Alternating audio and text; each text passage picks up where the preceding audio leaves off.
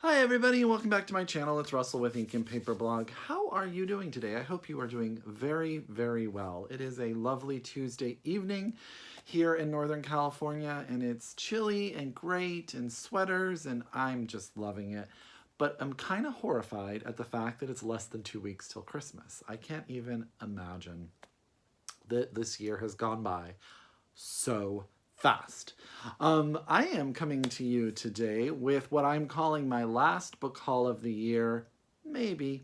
So next week we actually fly to Portland and then down to and we'll drive a couple hours to my parents, but I get to spend a day in Portland where I get to go to Powell's bookstore and I'll be doing some book shopping. So I don't know if I'll haul those in December or you'll see those in January. So that's the maybe part of this. I also have a used bookstore where my parents live that I'm going to try to go to too. So there should be some purchasing there. I have been doing this thing. I don't know if you guys have a way of remembering the books that you come across via Twitter or Instagram that you want to buy. What I've been doing is taking screenshots, and I've created a folder on my phone that I'm just saving those screenshots into. So I have a few that I'm going to be taking with me to Powell's. Hi, Berkeley. Hi. I'm going to be taking to Powell's with me in order to pick them up when I get up there. So, and it's always, Powell's is always one of those places where I can find a ton of stuff to buy. So without further ado, let me get into the books. I have some old stuff. I have some new stuff. I'm super excited about this book haul. So get those pens, papers, Goodreads out because I have a feeling you're going to add a few of these to your TBR. The first book I'm going to bring up is Memento Mori by Muriel Sparks. For some reason, I decided that I think 2018 I'm going to read some more Muriel Sparks. I've read The Driver's Seat and I've read The Prime of Miss Jean Brodie, which I really, really enjoyed. And I saw this cover at the bookstore and I was like, Russell, you have to buy this. This is the story of a group of elderly friends that start getting a phone call that says, remember, you must die. And when they get this phone call, as you can imagine, it puts them on edge. And as they get on edge, things sort of start to go a bit crazy. And secrets from the past come out. I really enjoy Muriel Sparks. I always find her slightly dark. But she's a great writer, and she's usually pretty short and concise, which I do appreciate. So that's Memento Mori by Muriel Sparks.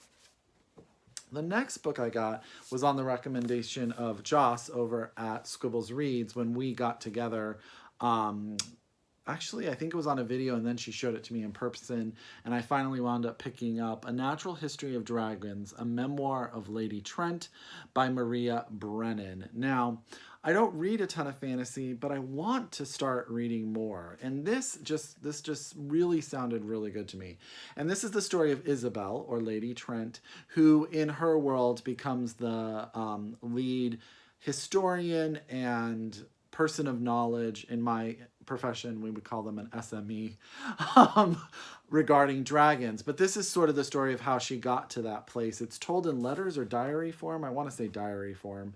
And it talks about how she became the woman that she is in a field that was, before her, dominated by men. And I think that just sounds really interesting. Joss gave it a thumbs up. So that's A Natural History of Dragons, a memoir of Lady Trent by Maria Brennan. And I happen to know that this is a series. So if I like the first one, I can keep going.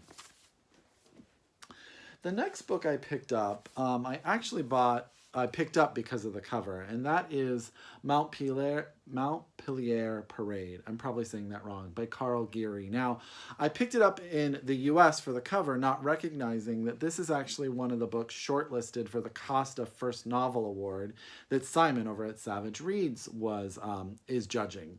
And but once I sort of read the back, I was like, hey, where does this, I recognize the story. Then I was like, okay, I've got to get it. This is the story of Sonny. I believe his name is Sonny. Sonny and his father are working in a sort of a affluent neighborhood on a house when he sees Vera come out of a house across the street. And this is a story of sort of his fascination with her. You know, that young boy in love with the older, mysterious woman. But I hear from Simon that it actually has, it's a bit darker and will make me sort of sad at the end, which I think is exciting.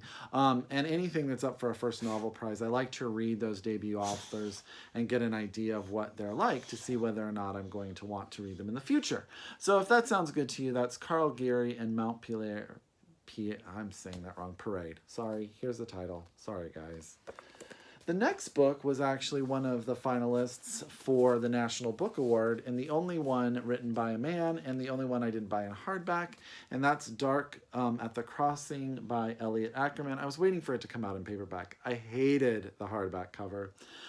This is the story of Haris Abadi, who is an Arab American sort of trying to figure out what he wants to do, and he decides that he's going to go to Syria to join the fight that is going on in that country. He arrives in Turkey to cross over the border. He's robbed and he is stuck. There are other stories involved, but that really sort of, I haven't read a lot of books about Arab Americans, and I don't know a lot about that part of the world. So all of that really, really fascinates me. Now, Elliot Ackerman, if I'm not mistaken, works for a newspaper, if I'm not... and he has covered the Syrian civil war since 2013. So he comes with a lot of knowledge of the area. So I think it's going to be very educational and very powerful. And that is Dark at the Crossing by Elliot Ackerman. The next book is a sci-fi book. Gosh, I am giving you guys all sorts of different recommendations today. And this one you've probably seen on a few channels, and that's The Three-Body Problem by Cixin Liu. I'm saying that wrong. Translated by Ken Liu. I love Ken Liu. This is a story set during the Chinese Cultural Revolution, but with a sci-fi twist. They've been sending messages into space, and they are answered by a hostile alien race who plans to invade the world. And it won the Hugo Award. It has been talked about. Joss, again, over at Scribbles Reads, highly recommended it. And so I was like, you know what? I need to expand my horizons. I've really been enjoying Asian American literature this year. So I thought, hey, pick it up, give it a try. And that's The Three-Body Problem by Cixin Liu, translated by Ken Liu. And I really apologize, sir. I don't know how to say that. But I love this cover. Okay, into the hardbacks that I purchased. I'm super excited about just about all of these. So, ready? The first one is Alice McDermott's The Ninth Hour. I talked to you guys about Alice McDermott on my National Book Award winners that you may have missed, and her book Charming Billy. This book seems to fit very well into that same vein. She writes a quiet novel, but she always writes with such literary fortitude. Her sentences, her descriptions are beautiful. This is the story of a man who is fired from his work, goes home, turns on the gas, causes a fire, and he dies. And this is the story of his wife who is pregnant with his child. She goes to a convent or a nunnery, and she's taken in by Sister Saint Savior, an aging nun at the Little Nursing Sister of Sick and Poor. And this is the story of what happens and the effects her husband's life has on her, those around her, and what the decisions she has to make up next.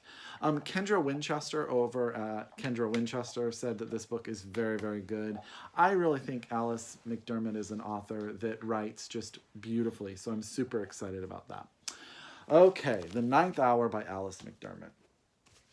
This next couple of books, I'm actually going to read some blurbs because they're a little more convoluted and I want to make sure you guys get them, and I think you're going to add a lot of these. And the first one is The Doll Funeral by Kate Hammer. Now, this totally grabbed me because of this cover. I just think this cover is phenomenal. But once I read you the inside, I think you guys are going to think that this sounds fantastic. It's the birthday party gift every 13-year-old wants. The discovery that your parents aren't your real parents. For Ruby, finding out that she's adopted and that her abusive parents aren't her actual parents is galvanizing. Determined to find her real mother and father, she runs away into the woods with nothing but a suitcase and the company of her only true friend, the imaginary Shadow Boy. There she discovers a group of siblings living by their wits.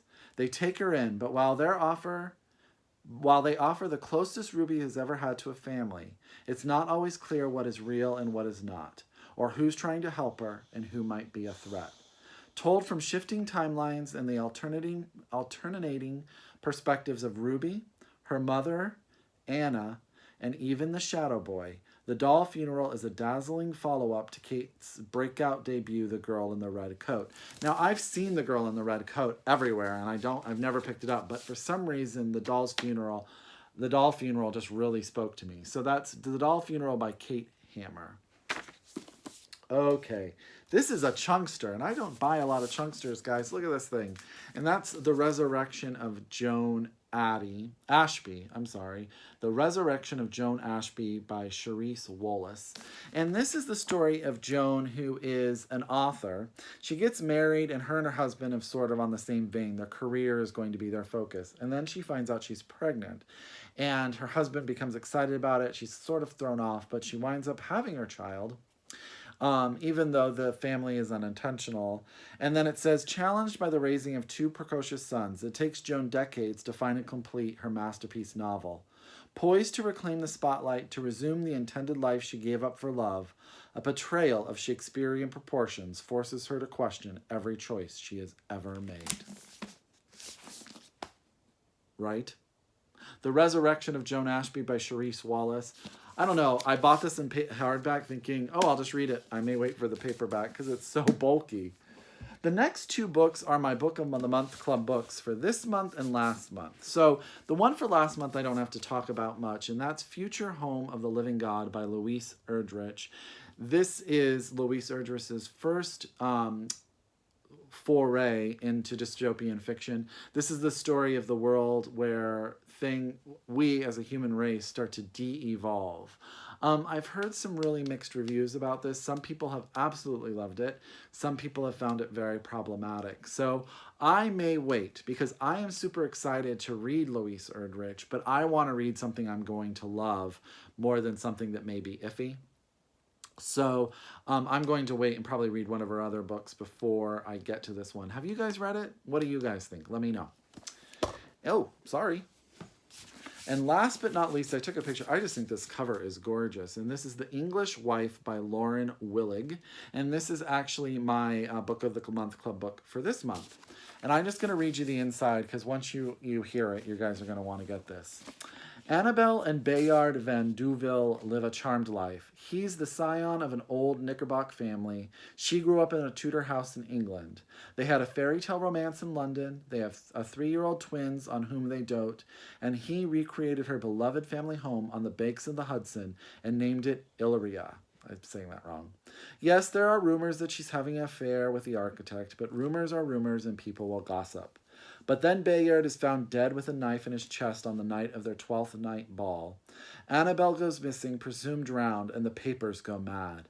Bay's sister Janie forms an unlikely alliance with the reporter to try to uncover the truth, convinced that Bay would never have killed his wife, that it must be a third party, but that more she learns about her brother and his wife, the more everything she thought she knew about them starts to unravel. Who were her brother and his wife, really? And why did her brother die with the name George on his lips? Guys, doesn't that sound so good?